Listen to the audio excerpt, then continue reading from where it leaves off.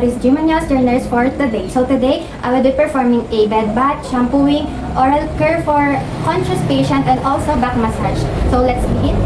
So first is, check muna natin yung chart ni patient for activity limitation. So check natin. And then next is prepare or the equipments or materials on the bedside. So naka-prepare na siya. And then next is perform hand hygiene. So alcohol na lang tayo.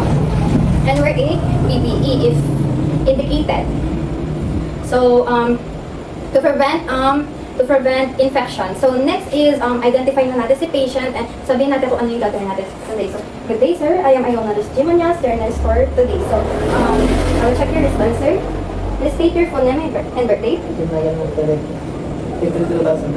Okay, so thank you. So today I will take it, or I will have you take a bed bath, or I will give you a bed bath. So can you help me sir? Yes. Any reference? No. So to identify the patient and for the participation. And then next is all the windows and doors and curtains are closed for your privacy. So I will lower the temperature for your comfortable and warm. And then next is remove the compression device. So ito po yung compression device. So improvised version tayo ngayon guys. And also the tanungin natin si patient kung kailangan niya ng sir, kailangan niya po ba ng bedpan and urinal? Okay, so ito po yung bedpan and urinal. Okay, so next natin guys is wash tayo ulit na hands or perform hand hygiene. And then lower natin yung bed or adjust natin yung bed niya sa comfortable ako. Tataas natin. So ito kasi at least na. So ganyan na siya guys. So next is wear tayo ng gloves. Para pala tinataas natin siya, ina-adjust para maging comfortable tayo and then hindi tayo magtabak. And then next is wear a gloves. And then tapos natin mag-wear ng gloves is babaan natin yung side rails. So wala yung igaan natin, no? So papakita ko na lang sa inyo yung side rails. And then position natin si client at the back. And then cover natin si patient. So, wait lang guys. Put lang natin yung gloves. Para maging comfortable si patient, hindi siya mahulog, and hindi siya nakalitaw yung mga parts niya pag nililinis natin later. So, yan. Then, takpan natin siya ng pad blanket. So, improvised version lang to guys.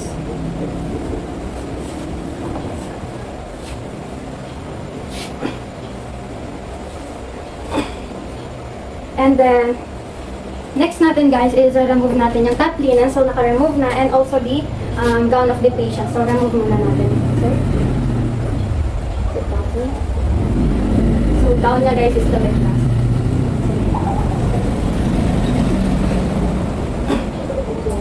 Then, ikapo tayo. Sabi lang natin ito. And then, ito yung side rails po kanina.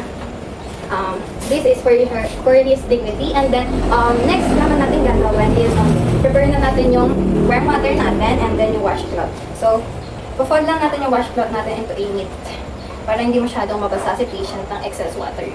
And then next is i-clean na natin yung eyes niya, inner to outer cantos.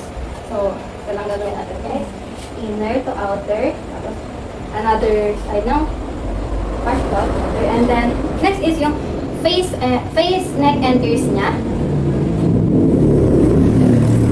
So, face muna.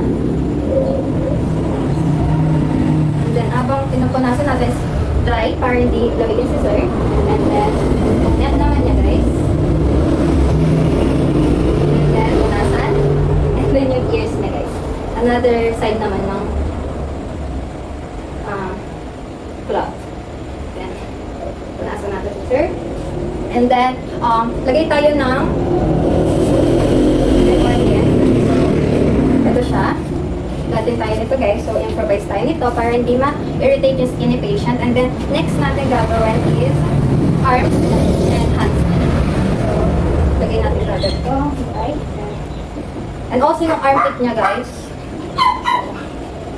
arms. And then, armpit. And then, another side naman ng blanket or ng cloth. Fingers na. And then, baba natin. And then, punasan natin siya guys. And then, yung other side niya.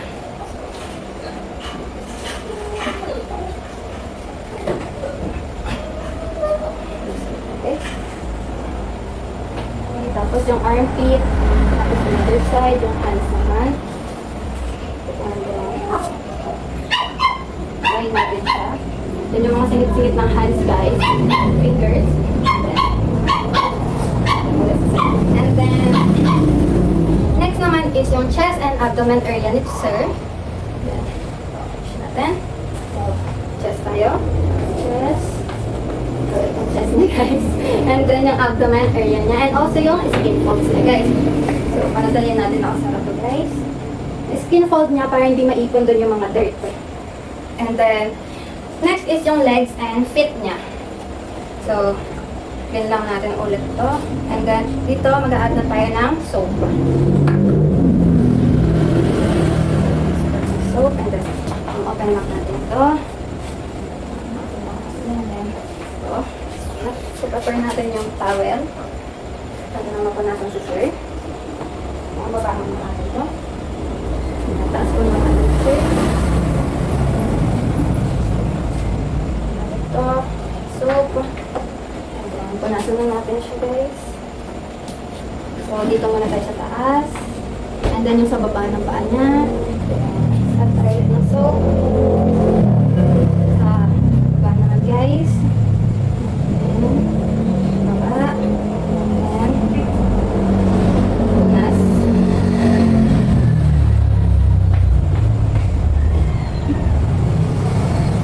And then, also yung mga dito nyo, guys, punasan natin. Ayan. And then, so, dito, guys, meron natin palitan yung water and washcloth natin. Then, next naman. Pasok.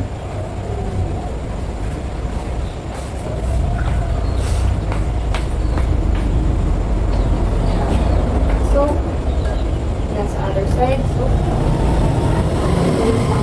ulit yung kamukha na ginawa natin kanina, yung other side, and also yung mga gilid-gilid ng paa niya, guys. Ng finger niya sa paa. And then, palasan natin siya. Okay.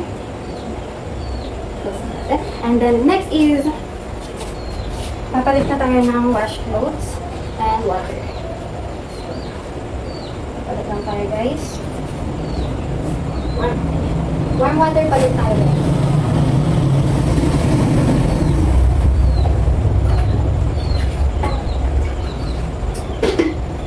And then, bagong cloth.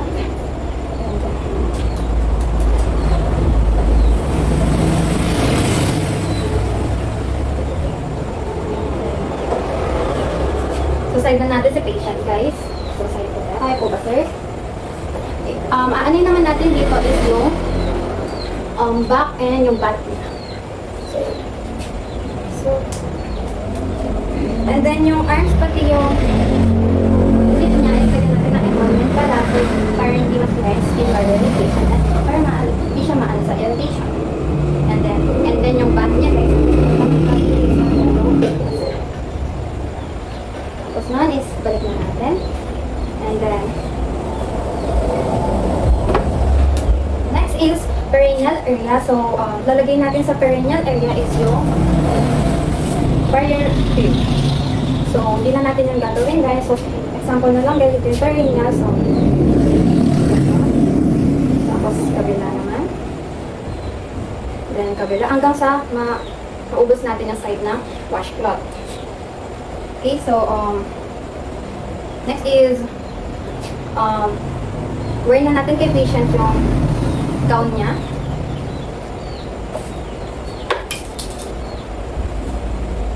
Para hindi siya lamigin, guys. So, improvised version din to, guys. And then, position natin sa comfortable place si patient. And then, lastly is, ayusin na natin si patient. Taas na natin yung side rail dito. Pinakita ko kanina. And then, adjust na natin yung bed ni patient. Lower na natin. And then, remove na natin yung gloves. Then, expose natin siya agad, guys. And then, hand hygiene. For comfort, safety, and to prevent infection.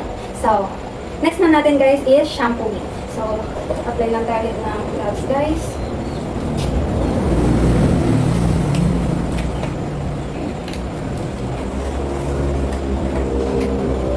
Okay, so sakit yung gloves natin.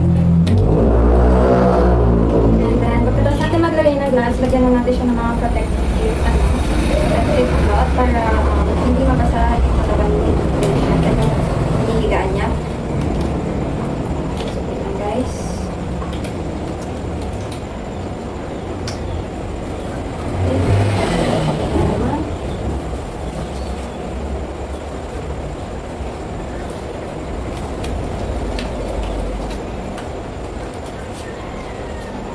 So, medyo malayo tayo sa camera, guys. So, bear with me, guys. So, yan. Tapos na tayo mag-gloves. Katapos natin mag-shampooing, mag-oral care tayo sa conscious patient natin, guys. So, na, guys.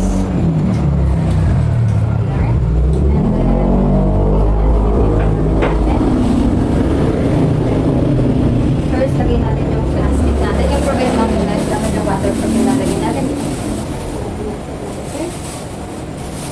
You feel comfortable, sir? Then, pag natin yung para hindi masyadong yan.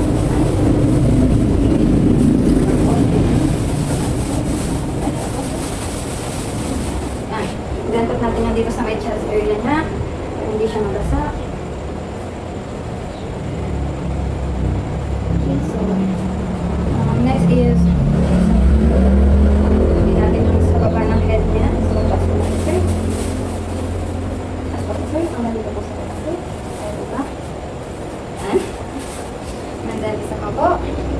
Sa head na. So, next is may po ko na din usap dito sa taas, sir. Para hindi tayo so, sir, tayo pa po ba?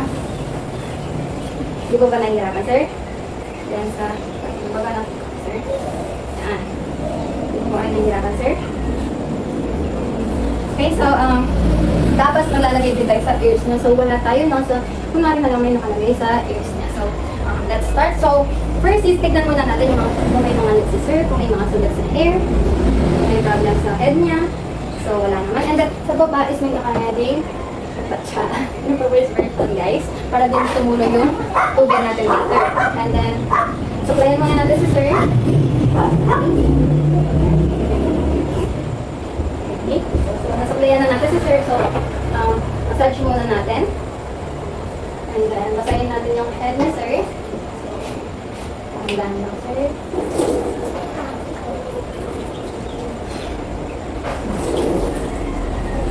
So, next naman natin, lagyan po tayong shampoo, guys. And then, lagyan natin yung shampoo sa hair. Lagyan siya.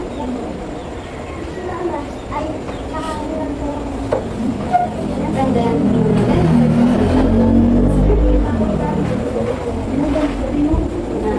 and then, tapos natin yung massage yung hair is, basahin na natin ulit.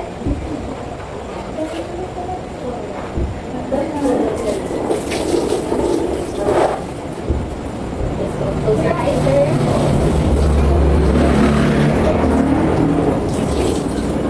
And then, the next is conditioner para ma-nourish yung hair ni sir. Start ligo to, guys. Okay, brush mo natin ulit.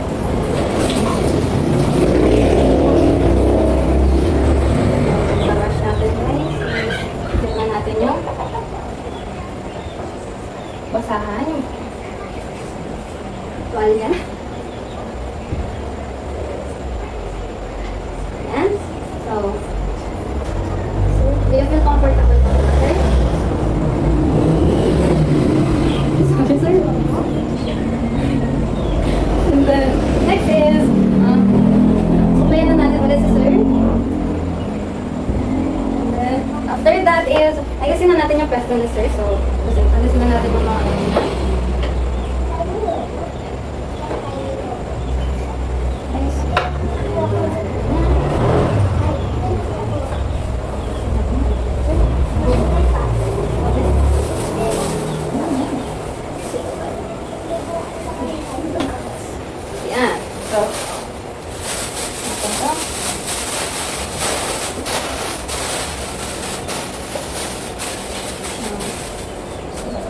And then, next naman natin guys is for the, dahil na tayo sa shampooing, next natin guys is oral care. So, next one is, puput tayo ulit ng gloves.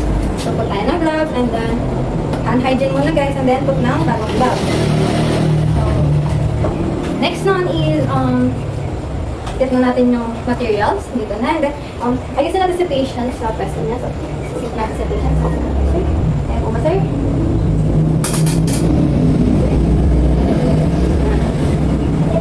Okay. So, get na natin yung toothpaste ni sir.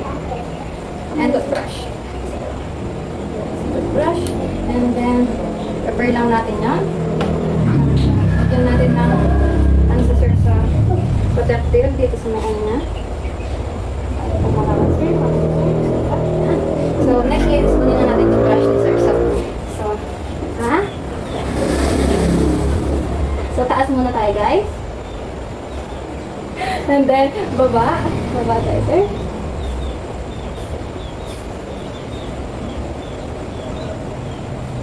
So, baba, taas tayo, guys. Baba. Taas, baba pala, guys.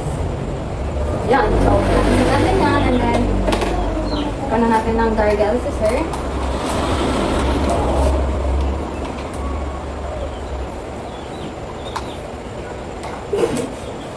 And then, next is yung mouthwash ni sir.